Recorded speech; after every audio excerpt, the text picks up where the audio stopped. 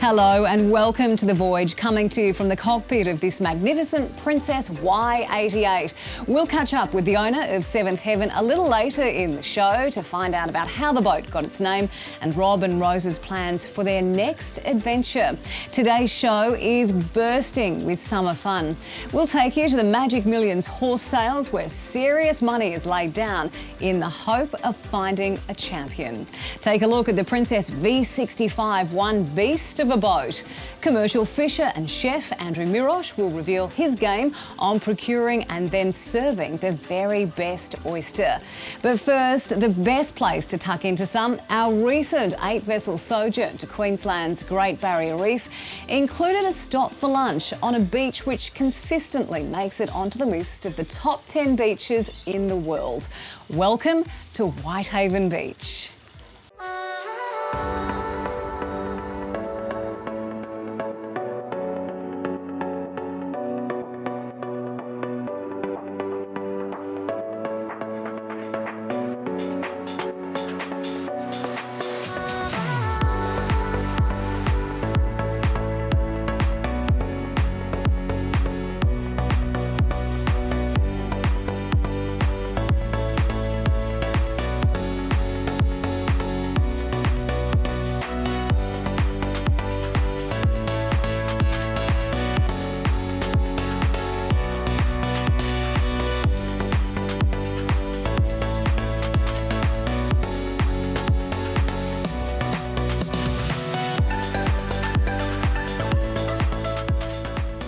You know, a lifelong love for the oyster can begin after eating just one really good one. Have a bad experience though, and likewise, you can be sworn off them for life. It's hard to explain just how good the experience can be, but here are a few tricks on what to look for and how to keep and present oysters from our legendary fisher and chef, Andrew Mirosch.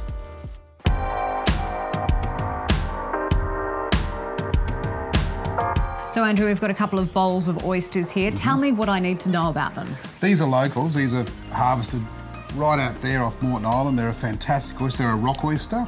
There are about 5 or 6 different varieties. Commercially, there's probably only 3 different varieties that we see, but that's a rock, and they were commonly called Sydney rock oysters. Now they're just a rock oyster.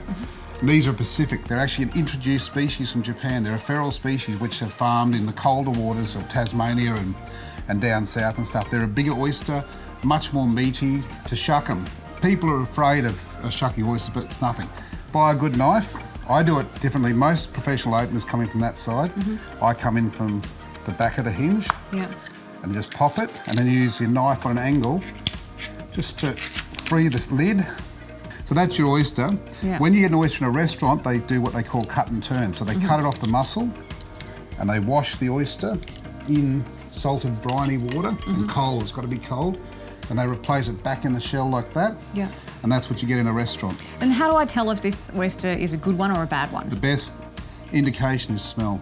If it smells like the sea and it's living, I'll open another one, I'll show you, but if it smells like the sea, that's the best indication of anything. If it has any off smells or whatever, don't eat them. I'm very, very particular. Yeah, because if you have one bad oyster, that's it, isn't it? Yeah, they're a life. filter feeder, so they can actually make you very, very sick. All right, I've opened 2. Away you go down the hatch. Natural. The best way to eat is to eat the liquid in it. Just put it straight in your mouth and chew. You've got to get that flavour. Beautiful. And the rocks have that really briny, iodine-y taste of the sea. Yum, that's delicious. It's perfect if you're out in your boat or anywhere else. Just a little bit of this Japanese seaweed, you can buy it. It's a seaweed sesame salad, it's cheap as chips. I love it with oysters and seafood. Splash of good quality soy sauce, preferably Kikkoman. I think that's the best one you can buy locally. A little bit of sweet chilli. So 3 ingredients, simple. That's it. And this seaweed you can leave in your fridge for weeks and weeks and weeks. So all I do with that is I just top the oyster really, really quickly. So that's a Tassie one. It's nice for a very, very quick dish. I just love it. I love the texture, the crunch you get with the seaweed, the roasted sesame flavours, and that little bit of chilli with the oysters is just my favourite. Adds that little bit of zing, doesn't it? Okay, so top 3 tips then when you're looking for an oyster. Freshness, freshness, freshness. Live is always best, and go to a quality wholesaler or a quality retailer of seafood. Preferably someone who opens their own oysters, and you'll see them. There's a few in Brisbane, there's a few all around. Everywhere you go, you'll find someone who does it properly, and you'll be rewarded, that's for sure. And you can have a simple dish just like this, but Absolutely. so beautiful and fresh. Yep, it sure is. Thank you, Andrew.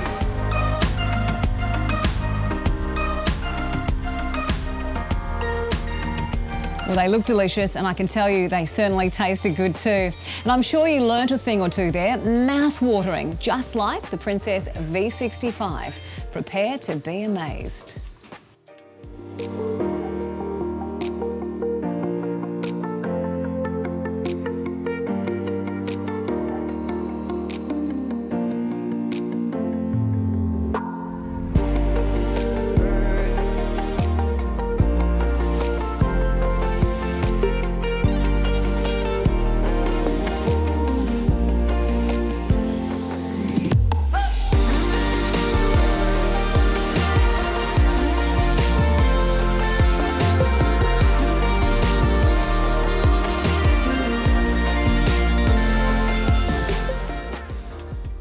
January on the Gold Coast is magic millions time, yearling sales. Some of those horses fetching prices in the $2 million range, bring bids from all over the world. Now this culminates in a $10 million race day, which features some great lead-up parties.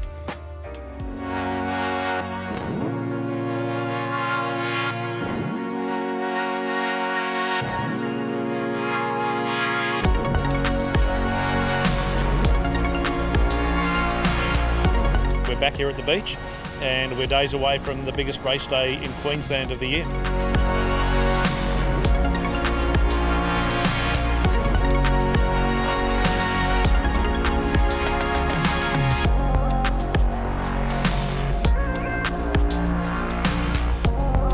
Well, you can feel the vibe around the coast. All the people come from Upper Main Beach, Broady, everywhere to come down the surface, watch the horses run, so it attracts people to racing and gets them interested. So that's what it's all about.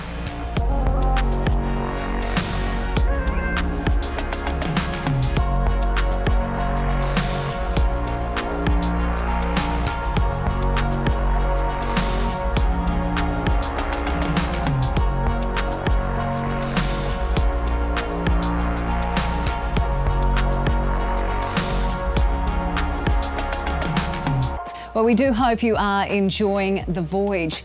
Bentley recently launched their new GT Continental, and we thought you may like to take a look at it.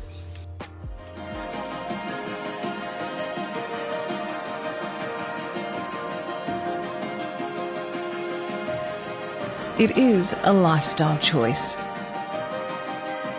To stand apart and to be unique.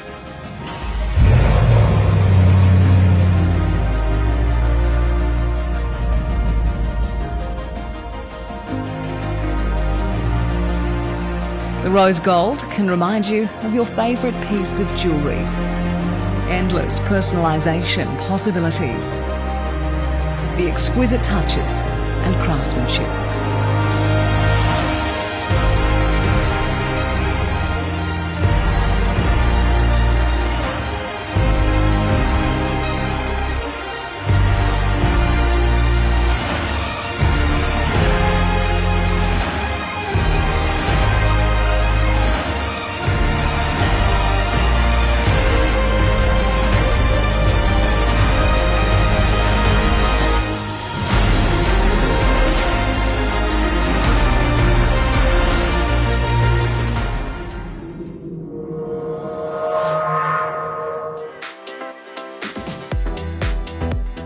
G'day, welcome to Ask Andy. I'm Andy.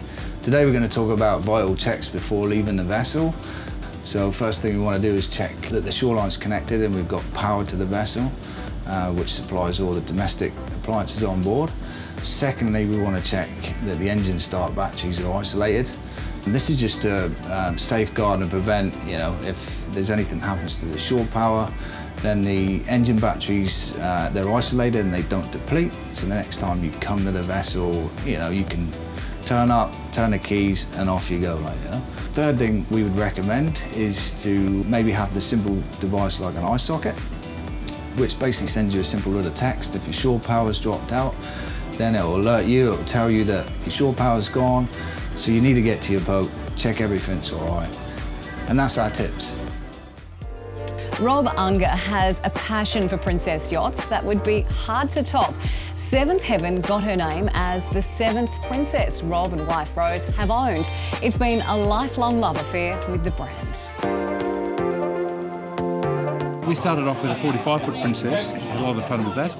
Then we changed up to a 54, a new 54, which was also a lovely boat.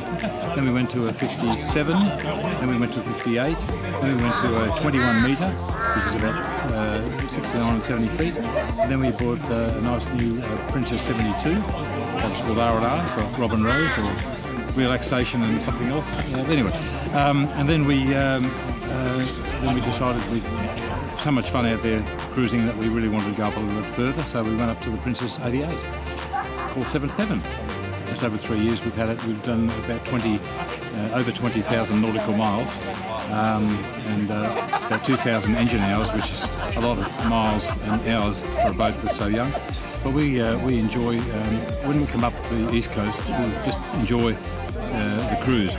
We don't fly in and fly out. We cruise with the boat. We go when the weather's right. We enjoy all the ports of call. We enjoy being out at anchor. We're just having such a lot of fun on this particular boat. It's a beautiful vessel, and we just don't like getting off it.